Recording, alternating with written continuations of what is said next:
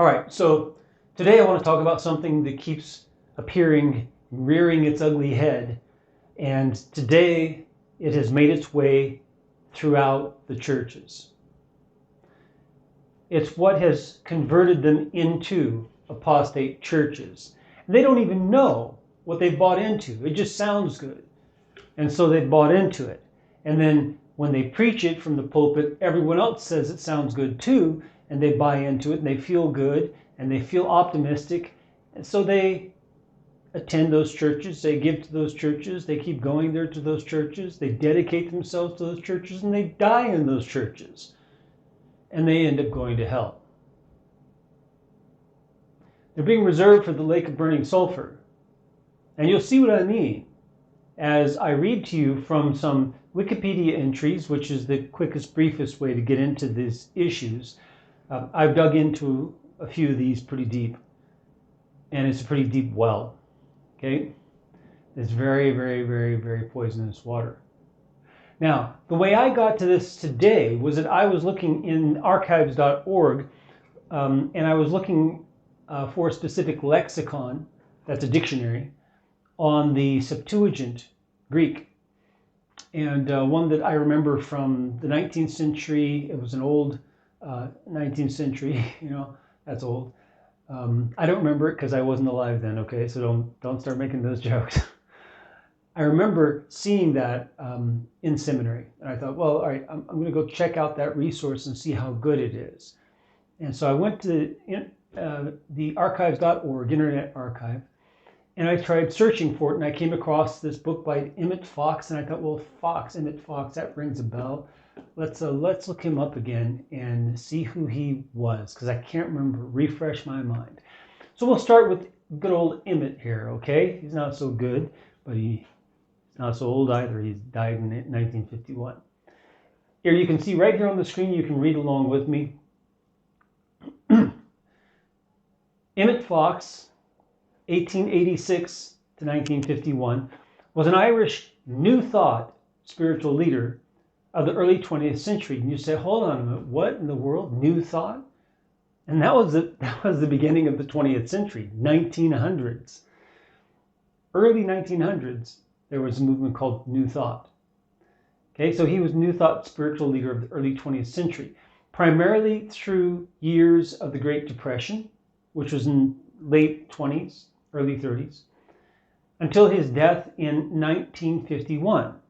Fox's large divine science church services were held in New York City. Now all the red flags go up, right? Divine science. That sounds like Christian science, doesn't it? Yeah, doesn't it? As a matter of fact, Mary Baker Eddy was a patient, not of his, but of one of the founders of the New Thought movement. We'll get into it. You'll see. All right, they're all tied together. All right, so it says he was born in Ireland. His father, Joseph Francis Fox, who died when Fox was still in his teens, was a physician and member of Parliament. Fox attended St. Ignatius College, a Jesuit secondary school, it's high school, near Stamford Hill. He became an electrical engineer. Okay, and that ties into this too. You'll find out. The electrical engineer, just keep in mind when this was. This isn't modern electrical engineering. He was in high school. He was born in 1886. So if you think 16 years, that's 96 is 10 years, plus 6 is 1902. So he became an electrical engineer at the turn of the century. All right, so at that time, electricity was still some sort of magic. Really, to people at that time, electricity was magic. You'd be like a quantum physicist. That's kind of the equivalent right now, quantum physics, not nuclear physicist. That's from like 70s. You'd be like a magician. But now to be a magician in the sciences is to be a quantum physicist. So his electrical engineering isn't what we think of it. People would have seen that and perceived it as a quantum physicist. He studied New Thought from the time of his late teens, discovering his healing powers early. Healing powers sounds like, Pentecostal movement or something. He came to know the prominent New Thought writer Thomas Troward. Fox attended the London meeting at which the International New Thought Alliance was organized in 1914. So some sort of alliance of organizations and people under the banner of New Thought. It was organized in 1914. Now think of 1914. 1914, we had World War I. Okay? He gave his first New Thought talk in Mortimer Hall in London in 1928. So he gave his first public speech on New Thought in 1928. How old was he? Well, he was born in 1986. So he's basically 42 years old. Soon he went to the United States, and in 1931 was selected to become the successor to James Murray as the minister of the New York's Divine Science Church of the Healing Christ. So they tie it into Christianity somehow. Fox became eminently popular and spoke to large church audiences during the Depression, when people were most desperate for hope, holding weekly services for up to 5,500 people in the New York Hippodrome until 1938, and subsequently at Carnegie Hall. So just imagine, this is back in 1930. This is 5,500 people coming in 1930. We did not have mega churches back then. This is astounding. He was ordained in the Divine Science branch of New Thought. While on a visit abroad, he died at the American Hospital of Paris on August 13th, 1951. Now, here's an interesting tidbit. Fox's secretary in New York was the mother of one of the men who worked with AA co-founder Bill Wilson. Partly as a result of this connection, early AA, Alcoholics Anonymous groups, often went to hear Fox. His writing, especially, quote, the Sermon on the Mount, so he named it after Jesus' preaching, became popular in AA. Several pamphlets, The Golden Key and the 7 Main Aspects of God, are also widely read. All right, then it gives some books he wrote. Not important. All right, so now let's go on over and look at the New Thought. The New Thought movement, also Higher Thought, is a spiritual movement which coalesced in the United States in the early 19th century. New Thought was preceded by Ancient Thought. Well, that makes sense. Ancient comes before new, right? These things is like a child made them up or something. I mean, from our view today, right? They're so overly simplistic and transparent for the deceptions that it looks like a child made them up. And yet, they're still proliferated. Here we go. Let's keep going. So, it was preceded by Ancient Thought, accumulated wisdom and philosophy from a variety of origins such as ancient Greek, Roman, Egyptian, Chinese, Taoist, Vedic, Hindu, and Buddhist cultures, and their related belief systems, primarily regarding the interaction between thought, belief, consciousness in the human mind, and the effects of these within and beyond the human mind. Now, this is really, really, really, really, really important. Did I say it enough times? This is really important. Let me get closer. This is really important. Okay? When you talk to someone who says, "Oh, I'm not a Christian, I'm not anything. Do you believe in God?" "Well, I believe," and then they'll replace God with something. "I believe that there is a higher intelligence," or I believe there's a higher being, or I believe there's a greater power, or I believe in an energy that pervades all things, right? These are the different kinds of things they swap out for the word God in order to try to sound like they believe in God and yet not commit themselves. When you dig into it and you ask them, well, what do you think about religions? Well, I don't believe in organized religion. They'll always start with that. Inevitably, they'll always start with that. So when you hear a Christian say that organized religion is of the devil, or organized religion is from the Catholic Church, or organized religion is Babylon, or organized religion is something to stay away from if you want to follow Jesus. You remember that from one of our false teachings? Then you know that they are following the teachings of the enemy. This is the teachings of the enemy I'm trying to draw attention to for you. Okay? And so what they end up doing, either overtly or covertly, either transparently or deceptively, they integrate teachings and ideas from many other religions into their teaching about Christianity, about Christ, about the scriptures. This says that ancient thought, which preceded the New Thought movement, integrated things from ancient Greek religion, Roman religion, Egyptian religion, Chinese religion, Taoism, Vedic, Hindu, and Buddhist cultures into their belief systems. It says then they're related belief systems.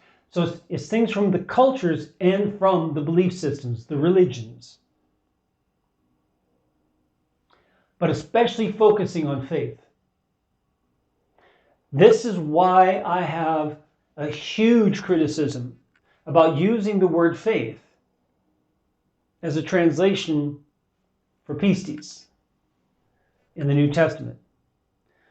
Because the Greek word literally means persuasion. And for us to translate it as faith, we throw it in with this whole massive chaos of all these other things that are in our past, that are in our cultural history. The English-speaking cultural history is completely overwhelmed by mistaken ideas of faith that have been brought in from all these other cultures and religions and even integrated under the disguise of Christianity. That's why we need to stop talking about faith and start talking about persuasion. It's not magic. It's not seances. It's not astrology. It's none of these games, these black arts, these black magic ideas. And don't say that Christians don't believe in those. All you have to do is get into the Pentecostal, extreme Pentecostal teachers and prophets, especially the prophetesses. They're the worst for integrating astrology and all these other kind of spiritisms in. But they're not alone.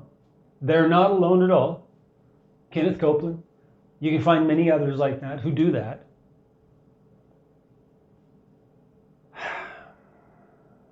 But they're not the only ones. We only have to go back to Reagan in terms of high-profile, famous people, because Reagan's wife, Nancy Reagan, believed in astrology and had her own personal astrologer she consulted daily. And yet she presented herself as a born-again Christian, as did Ronald Reagan. Yet he had a wife that he was not shepherding as a good shepherd to keep her away from the enemy.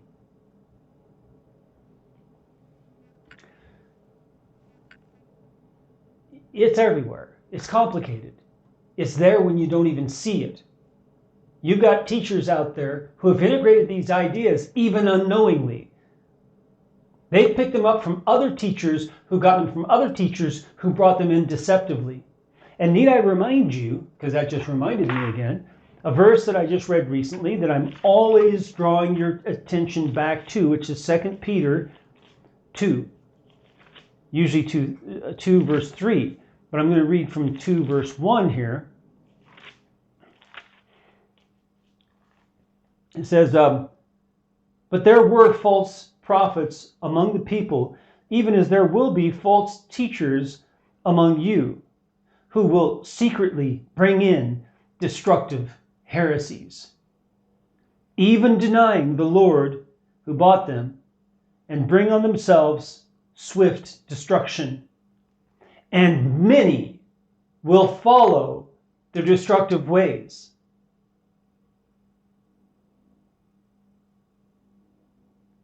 Because of whom the way of truth will be blasphemed. And then you got the verse that I draw your attention to. By covetousness they will exploit you with deceptive words. Right there. And exploit is not exploit, it's merchandise. So they've changed it here from what the King James had, which was correct. By covetousness they will merchandise you with deceptive words. For a long time their judgment has not been idle, and their destruction does not slumber. So they secretly introduced destructive heresies, and then many buy into it and follow their ways and are damned. That's the whole purpose of it. The enemy wants to damn you to hell. So this mistaken idea of faith was introduced many times with many different things around the world that helped add credence to it. Make people trust it more because, well, you know, it's one thing if Christianity says it and that's just one religion, but if you got 20 religions saying this other thing about faith, well, that must be true. Again, it's that false argument I've drawn attention to before, where you say, well, it's based on numbers, and that's the fake ideology of democracy. Saying that, well, you know, if enough of us vote this, it's got to be true. No, it doesn't. It doesn't have to be true. The more people who believe it, the less likely it is to be true. Are you joking? Think about it. How many people are truly following Christ? But even more important, Job 28:28. It says, the fear of Yahweh is the beginning of wisdom, and to depart from evil is understanding. How many people do you know who have departed from evil? Who stopped sinning? How many people? Because that's how many people you know who would be able to identify the truth, even have a hope to. If you haven't stopped sinning, there's no way on God's green earth you're going to be able to identify the truth. You don't have understanding. You don't have understanding. To depart from evil is understanding. There is no way that you can avoid being deceived if you don't stop sinning. Let's keep going. So it's all about faith. This is all about faith, because it says that they only took things primarily regarding the interaction between thought, belief, consciousness in the human mind, and the effects of these within and beyond the human mind. So it's all about faith. Faith in here. Faith. And its effect on the mind, but also on the body, as we'll find out, and life. Although there have been many leaders and various offshoots of the New Thought philosophy, the origins of the New Thought have often been traced back to Phineas Quimby. You say, what? I did too. Like, that sounds familiar, but there were a lot of Phineases. Or even as far back as Franz Mesmer. Now that rang a strong bell. Franz Mesmer. Like, okay, that sounds like, the seances type, magic science. So we'll get into both of them in a minute. Many of these groups are incorporated into the International New Thought Alliance. The contemporary New Thought movement, that's nowadays, is a loosely allied group of religious denominations, yes, authors, philosophers, and individuals who share a set of beliefs concerning metaphysics. They share these sets of beliefs.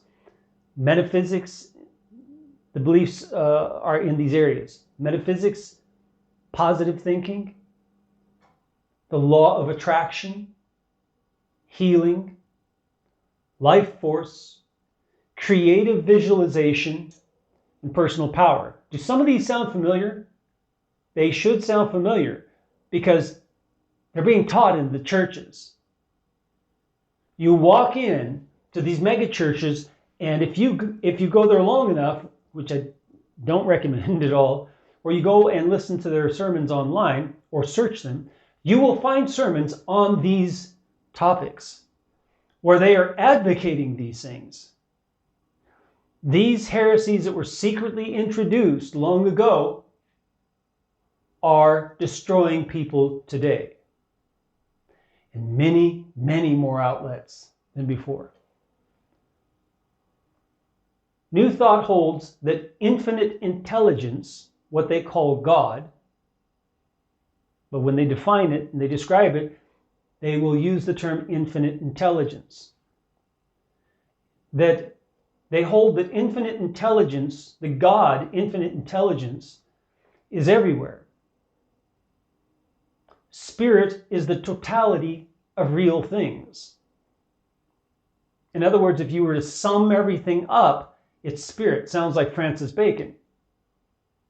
Francis Bacon believed that everything that exists was connected as spirit to one central spirit, which he called God.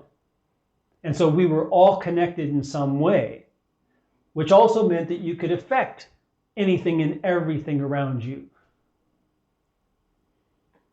Manipulation, magic. That they believe, they hold to an infinite intelligence is everywhere. Spirit is a totality of real things. True human selfhood is divine. That your true self is divine, is God. Divine thought is a force for good. Sickness originates in the mind. Sickness is a fantasy. That's what they're saying. Well, they wouldn't say it that way, but that's what they're saying. Sickness is a fantasy. If you get a psychotherapist, you can get rid of any illness, even gangrene. That's what I mean by faith. Faith has been poisoned in our culture irreparably. These are things that are still taught today. Mike Rutkowski, got a video of him, and he's teaching that if you are ill, any illness whatsoever, whensoever, it's because you are in sin and you don't know Jesus. That's what he says. All right, so let's keep going here. That sickness originates in the mind, and right thinking has a healing effect. Just an effect? Or it actually heals the person. Because if illness it originates in the mind. Oh, yeah. Although New Thought is neither monolithic, meaning there's one God, and there's one at the top and down in structure, nor doctrinaire. They don't really hold doctrines in particular. In general, modern day adherents of New Thought share some core beliefs. One, God or infinite intelligence, I call it the God of infinite intelligence, excuse me, is supreme, universal, and everlasting. Divinity dwells within each person, that all people are spiritual beings. Well, spiritual being doesn't mean you're divine. The highest spiritual principle is loving one another unconditionally and teaching and healing one another. Well,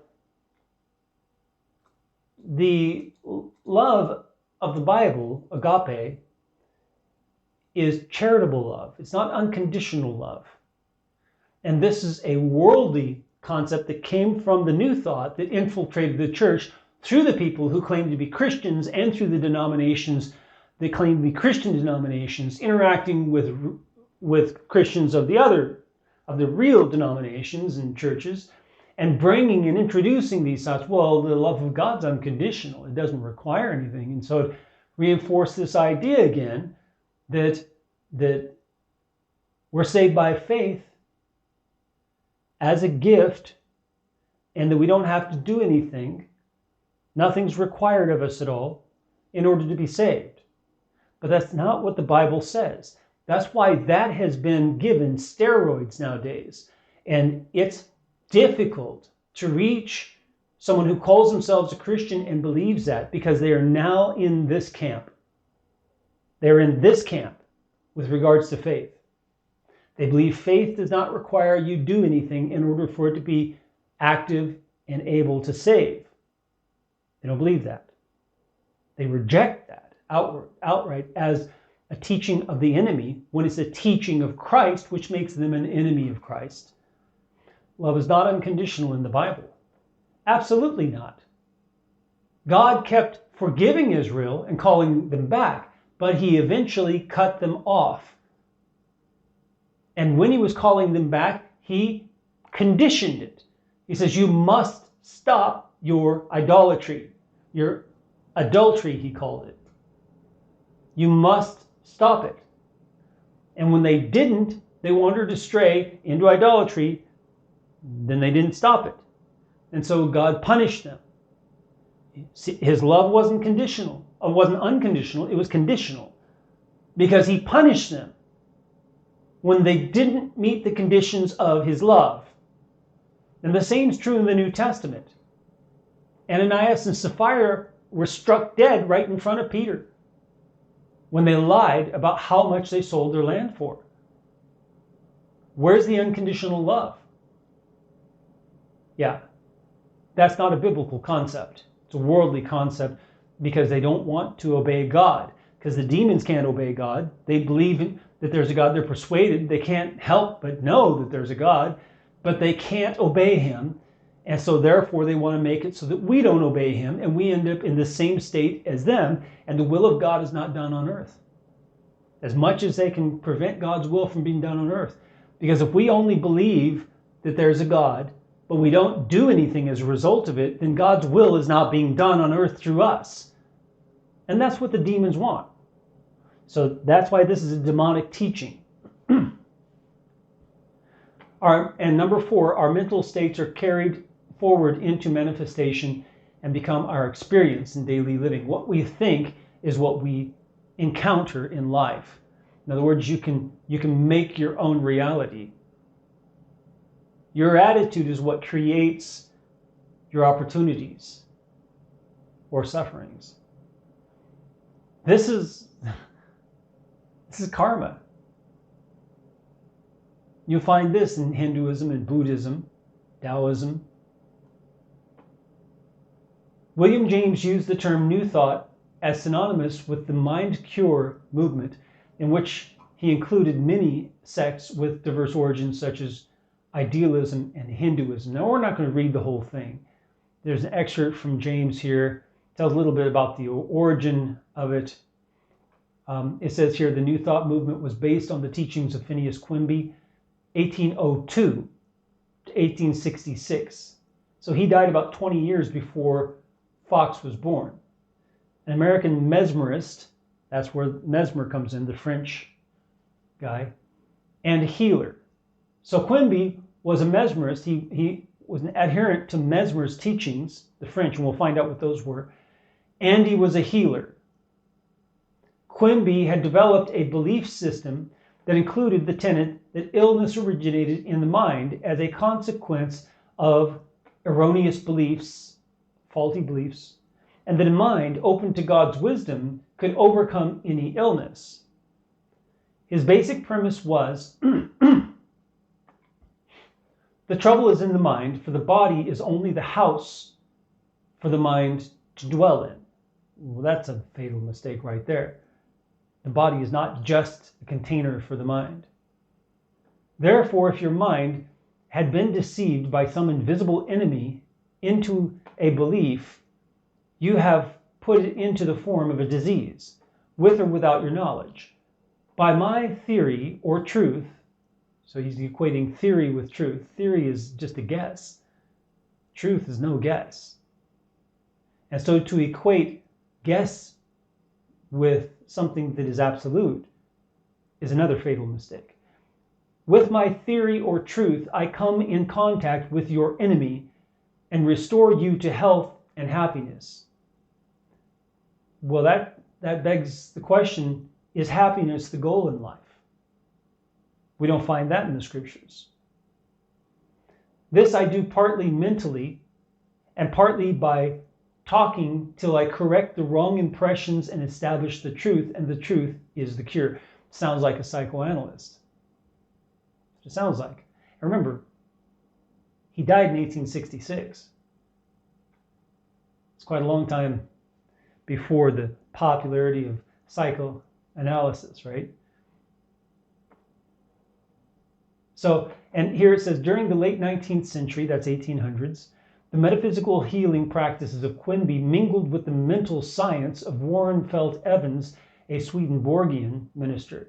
Mary Baker Eddy, the founder of Christian Science, has sometimes been cited as having used Quimby as inspiration for theology. Eddy was a patient of Quimby's and shared his view that disease is rooted in a mental cause. Because of its theism, Christian Science differs from the teachings of Quimby. Okay? Then it says, in the late 19th century, new thought was propelled by a number of spiritual thinkers and philosophers and emerged through a variety of religious denominations. Okay, so it emerged through a variety of religious denominations, churches, not just the church, but the whole denomination. It cropped up in those denominations. Very important to keep straight what they're saying. In churches, particularly the Unity Church and the Church of Divine Science, established in 1889 and 1888 respectively, followed by religious science established in 1927. Many of its early teachers and students were women. Notably among the founders of the movement were Emma Curtis Hopkins, known as the Teacher of Teachers, Myrtle Fillmore, Melinda Kramer, and Nona L. Brooks, with many of its churches and community centers led by women from the 1880s to today. Now, that should be another red flag for you. The fact that their leaders are women, that's a huge red flag right there. Women are not allowed to be in leadership in Jesus' church over men. They're allowed to teach women and children. They can be a prophetess if they're approved, as any prophet must be approved, tested and proven. But women can serve in those kind of ministries, but they cannot be a pastor. They cannot be the head of a church. Or if you want to call it a community center, whatever you want to call it. Okay? So we won't get into this too much. There are a lot of publications. Right now, the most current one has 2-point-something million in its circulation. I don't remember where I saw that, but I remember the number. So in 1915, International New Thought Alliance goes into that, blah, blah, blah. Let's see if there's something else. All right, so now, here it is. New Thought Publishing and educational activities reach, right now, approximately 2.5 million people annually. The largest New Thought-oriented denomination is Japanese. Other belief systems within the New Thought movement include Jewish science, religious science, centers for spiritual living, and unity. Past denominations have included these, it's not important. Religious science operates under 3 main organizations: the Center for Spiritual Living, the Affiliated New Thought Network, and Global Religious Science Ministries. Ernest Holmes, the founder of religious science, stated that religious science is not based on any authority of established beliefs. He's trying to distance himself from Christianity, because you'll find out this guy claims to be a Christian, but rather on what it can accomplish for the people who practice it. John Stuart Mill's utilitarianism. John Stuart Mill's utilitarianism. That the only thing that's important is what can be accomplished.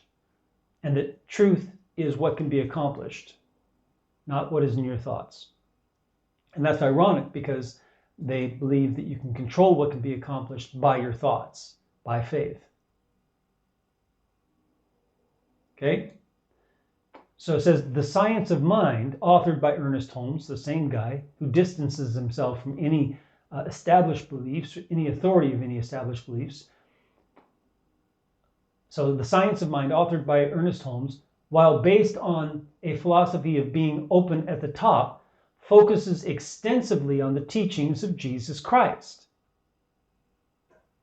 So he lends himself credibility to people, especially Christians, by focusing on the teachings of Christ and distorting them in order to mislead Christians. Unity, founded by Charles and Myrtle Fillmore, identifies itself as Christian New Thought.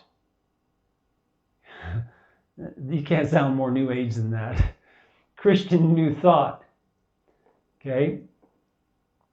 Focused on Christian idealism. Well, now how does that relate to what was just said? Focuses on what it can accomplish for the people who practice it, but this focuses on idealism. With the Bible as one of its main texts. So again, the Bible, one of its main texts. So it'll draw from texts from any belief. And it puts the Bible in there in order to deceive people who don't know any better, who are starting to waken up to Christ and think, I need to look at Christ, and maybe they have become a Christian recently. Started to identify themselves as a Christian. I don't know.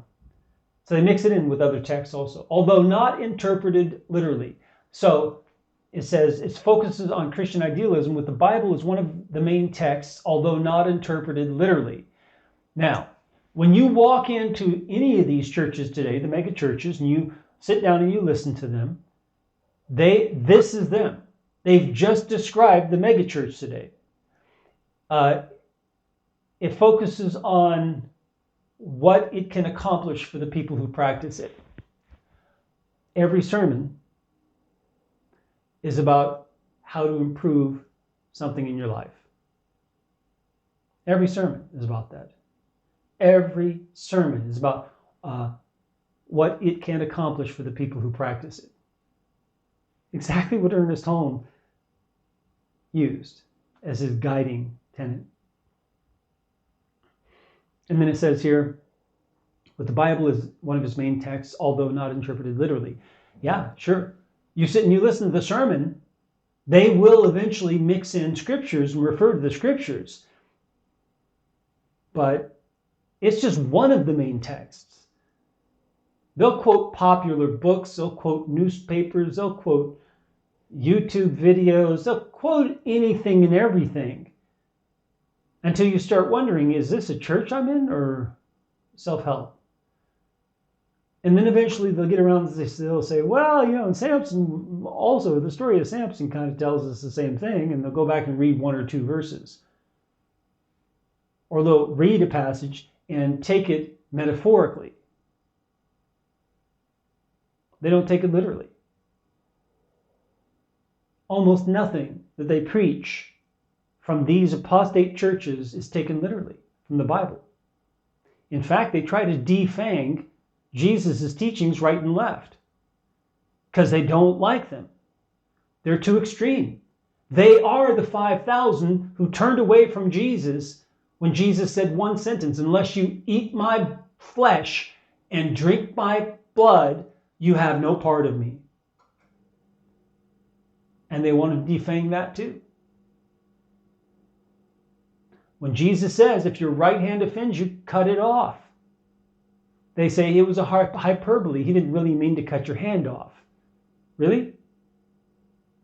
Why would you say that when he says it's better to enter heaven without all your body parts than to have your whole body intact and be thrown into the fires of hell? That's not a hyperbole. And Jesus made sure that you couldn't interpret it as a hyperbole. And yet they insist on interpreting it as a hyperbole. And the theologians at the seminaries do too. They don't want to give anyone an idea that they should cut their hand off. Listen to me closely. If you cannot take sin seriously enough and your eternal destiny, and your right hand keeps offending you, you'd better cut it off. You'd better be so serious about stopping that sin, you are willing and able to cut your hand off if you cannot control it. Now, if you're that serious where you're going to cut your hand off because it will not obey you, if you are that serious, then you will be able to take control of your hand and make it do the will of God and not the will of your flesh. That's the decision you're faced with in Jesus' teaching, that they want to steal from you. Remember our last video about the enemy wanting to steal, kill, and destroy? Well, this is one way. So when you find a church or you find a teacher, Christian teacher, who is not taking the Bible literally or is saying that this is a hyperbole that Jesus taught, run away. Shut them out 100%. Even if you think some of the things that they're teaching are good, shut them out 100% because they will deceive you. They have introduced secretly heresies, and those will destroy you if you do not run away from them. All right. Let's go to Phineas Quimby, 1802 to 1866, an American clockmaker. He was just a clockmaker. The other guy was an electrical engineer, which was like, a magician. But a clockmaker was a clockmaker. It was a clockmaker. That was pretty cool to be at the time. It's like an IT programmer today. In those days, a clockmaker was like an IT programmer. Really. It was very cool. He was a mentalist and a mesmerist. His work is widely recognized as foundational to the New Thought spiritual movement. Okay? He was born in the United States, Lebanon, New Hampshire. One of 7 children, son of a blacksmith.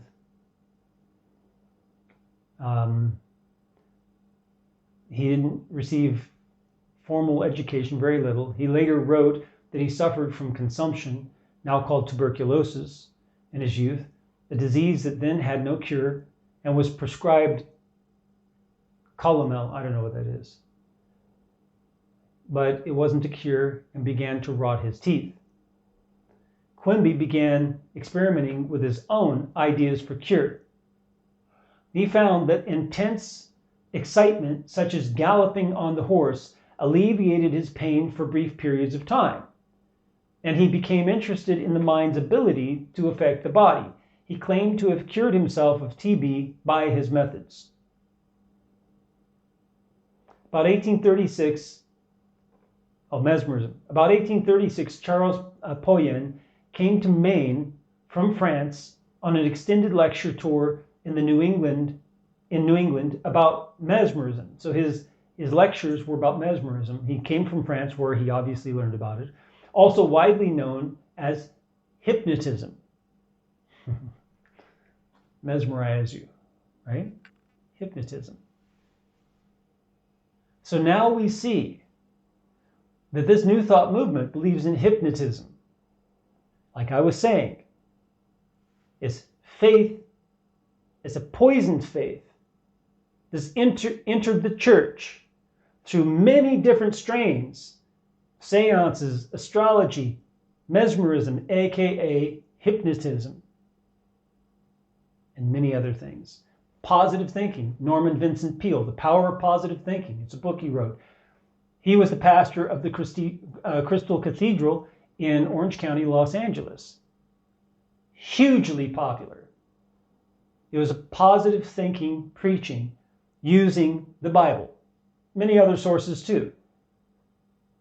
But he believed that if you had positive thinking and you could get rid of negative thinking and criticism and things of this sort, and only think positively about everything, that your life would be prosperous and you would be healthy. Same things as what we're hearing here. Okay? So it says, he was a French mesmerist who followed in the tradition of Armand Marie Jacques de Chastenay, Marquis of Puységur. Okay? The McClure's Magazine 1907 biographical serial of Mary Baker Eddy, written by William Cather and Georgina Wilming, started the misunderstanding that Quimby was a follower of Poyen and followed him around, which is not supported by the Quimby family or Quimby's writings. In fact, Quimby wrote about 7 years later about hearing Poyen lecture. Mesmerism was introduced into the United States by M. Charles Poyen, a French gentleman who did not appear to be highly blessed with the powers of hypnotizing. To the satisfaction of his audience in his public lectures, I had the pleasure of listening to one of his lectures and pronounced it a humbug, a fraud, as a matter of course, and that his remarkable experiments which were related were, in my belief, equally true with witchcraft.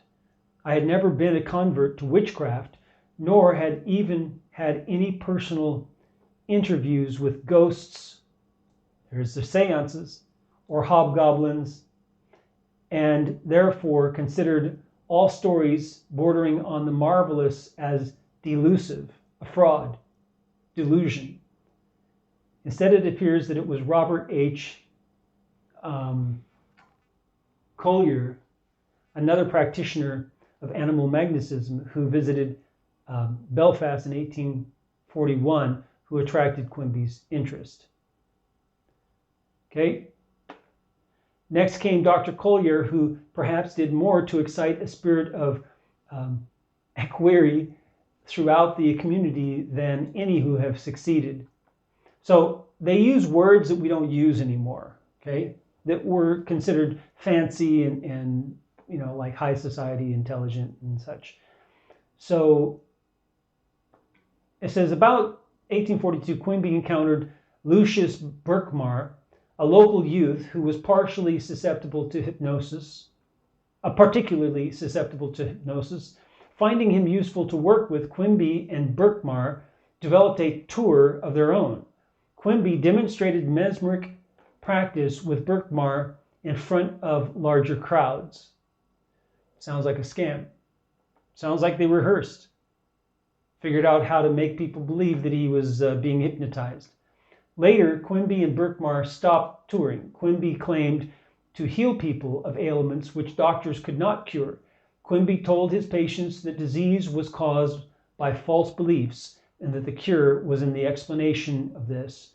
Quimby published a flyer to the sick that was used about late 1850s and early 1860s and read as follows, and it gives an excerpt. Okay, so we're not going to read that.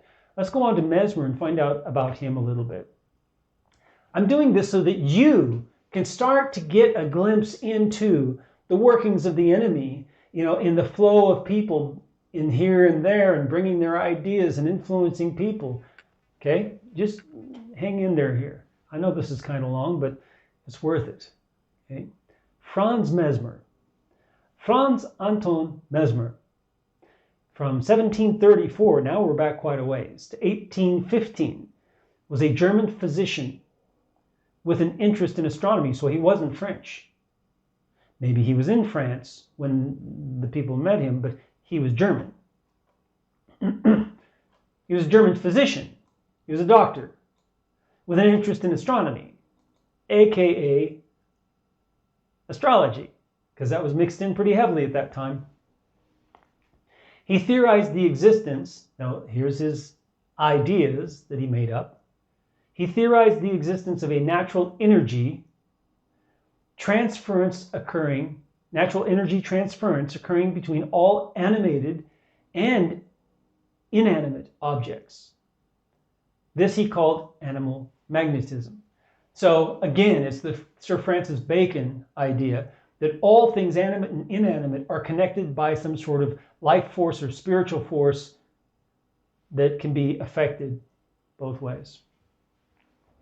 Animal magnetism. Now, understand that magnetism was black magic. I mean, you think that you don't understand quantum physics, right? Well, magnetism was something like, here's quantum physics today, right? It's above us, right? Magnetism for them back then was like that. It was off the chart. It was magic. So they use certain terms throughout history to try to deceive people. And the terms that they like to use are the ones that are way up here, that people don't understand how it works. And the more people who don't understand how it works, and the higher up it is from their general understanding of things and how they work, the better it is to use. I did a lecture on this my first time teaching history at the university. And my lecture was a revolution, the scientific revolution of the 20th century, the turn of the 20th century. And what I did was I showed these terms on the board. I asked people what they meant, what they felt about them, not what they meant. What do you feel when you hear this? You know, and so then I'd make a list of those things under that term. And then I would go back and I would talk about who discovered that or who invented it and what it really meant and how people saw it after it was invented and became a term that entered culture. Okay? And so it's one of my specialties is this exactly. Sometimes later referred to as mesmerism. So animal magnetism, mesmerism, which is the idea that there's an actual energy transference occurring between all animated and inanimate objects all the time. Mesmer's theory attracted a wide following between about 1780 and 1850. Well, 1776 is when we founded our country, the United States. So 1780 is 4 years after the United States was founded. So between 1780 and 1850 was, well, the Civil War was going to be starting pretty soon, and continued to have some influence until the end of the 19th century, mesmerism. The end of the 19th century is when Clerk Maxwell came up with electromagnetism. So he kind of solved some of the mystery behind magnetism. And so it robbed this term of its fruitfulness for defrauding people. That's why. That's why his theory lost steam at that time. In 1843, the Scottish doctor James Braid proposed the term hypnotism. So in 1843 is when hypnotism was a term introduced. So proposed the term hypnotism for a technique derived from animal magnetism. Today, the word mesmerism generally functions as a synonym of hypnosis. Mesmer also supported the arts, specifically music. He was on friendly terms with Haydn and Mozart. Okay? Which means he may have influenced them. Most likely. Since his theory was very influential, he may have influenced them, and even today, you'll find people who are staunch evangelists for hypnotism and hypnosis therapy and things of this sort, swaying people who you would think are firm Christians into believing it, even today. Yeah. All right, so I guess that's enough. You get an idea for this, and this is just by seeing a book and vaguely recognizing the name Emmett Fox and following that trail a little bit, but knowing what to follow, because there's tons of stuff to read, tons of links, but knowing what to follow. I hope this has been eye-opening for you. I want to read one thing for you here, though.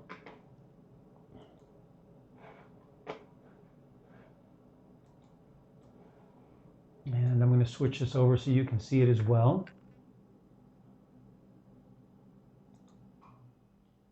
There we go. And you say, what? That's Greek. That is Greek. I'll show you what the King James says. Jesus saith unto him, I am the way, the truth, and the life. No man cometh unto the Father but by me. I am the way. The word in Greek means way or road or path. And when you think of the narrow path, that's the same word, just with narrow. Obstructed by obstacles, so it's hard to see and hard to enter because it's narrow, and even the path is narrow to the point of rubbing. So when you have a wide path, people walk in various areas, it's not as rubbed down. But when you have a narrow path, people have to walk in this limited area, and so it gets kind of smoothed off and rubbed down. That's in the terms in the Greek. But Jesus says, I am the way. I am that path that leads to eternal life. The few find, and even fewer enter. I am that path. I am the truth. I am the truth, and in that word truth is unhidden. Unhidden, unconcealed truth. Transparent, plain, there for everyone to see. Whereas with this other idea we were talking about, which is founded on mesmerism, is taking advantage of what people don't understand in order to continue to keep them from understanding the real truth and to lead them this way and this way and this way. Remember planetai. That's the word referring to false teachers. It means wandering star. And if you navigate by that instead of the stars, well, it's unpredictable, or was. And so you'll end up navigating yourself off into the darkness of the wilderness, which back then meant you were going to get eaten, because it was filled with wild animals back then. And you didn't have a way to kill most of those wild animals on your own. So if you wandered astray by navigating off of those wandering stars, the planets, the false teachers, you wandered into the darkness, and there's no way you could find your way back. You'd get eaten. He says, I'm the way, I'm the truth, and I am the life. The eternal life. And that no one, it's not man, it's no one, literally. No one is coming to the Father if not by me, it says in the Greek. No one is coming to the Father if not by me. No one is coming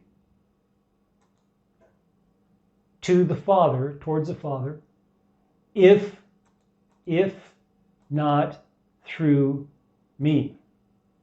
So it literally says right here, no one is coming towards the Father if not through me. You cannot come to the Father. You cannot have eternal life.